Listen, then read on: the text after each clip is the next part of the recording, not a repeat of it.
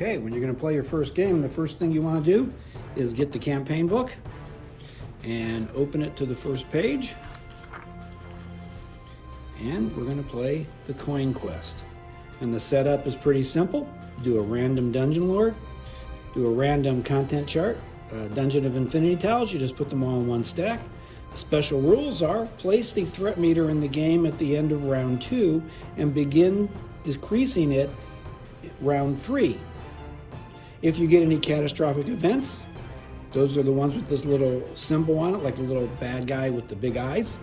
You don't do catastrophic events. In a competitive game, be the first hero to arrive with 12 coins to the starter tile. So in a cooperative game, each hero needs to have 10 coins. If you have 2 people, you need 20 coins. If you have 3 people, you need 30 coins, and so on. Now, the gold you get at the start of the game counts. So you actually subtract, like if you have 3, you subtract 9, so you actually need only 21. So that's the first game, and we're gonna set that up. Okay, I already have the table set up. The first thing you wanna do is you wanna set the starter tile, and I'll bring this up here. The starter tile is the same on both sides. That way, it doesn't have the back that the regular tiles do. So you don't know that's where the tile you start with.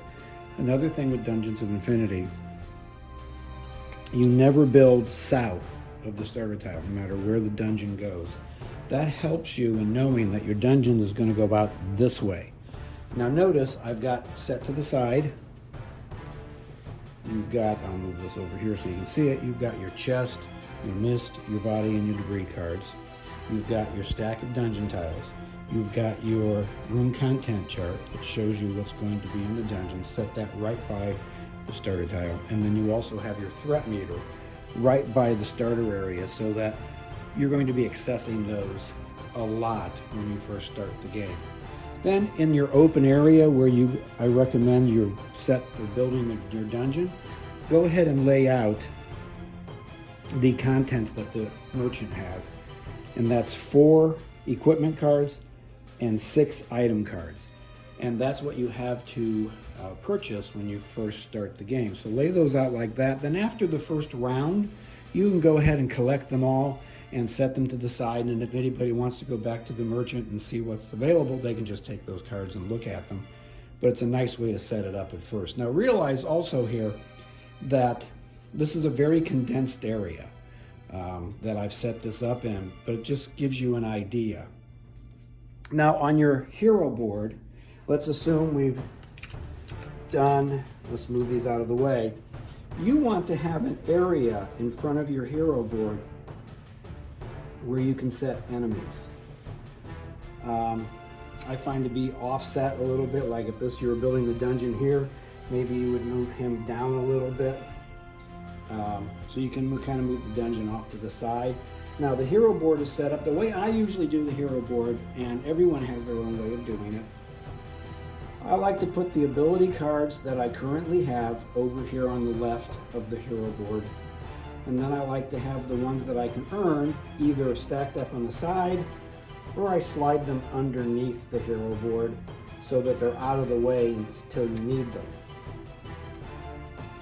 Kind of set them like that.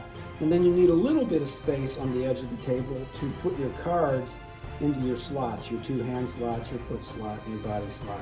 And then off to the right is where I put the items that the hero is carrying. Now I will put items that count against my carry limit right here, and then if there were items that did not count against the carry limit, I would put here.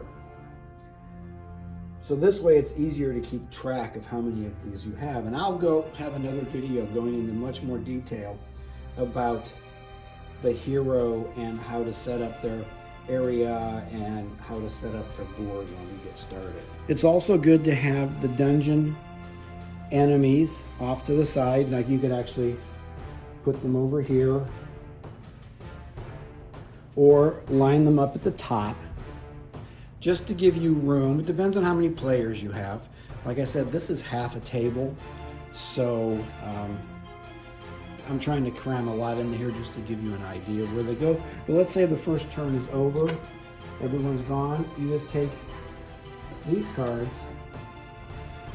and set them aside, and then if anybody else wants to look at them, oh, I took them all the way off the camera. they can go ahead and look at them. These cards here, these are the reward cards. You will be accessing those frequently, every time you have combat.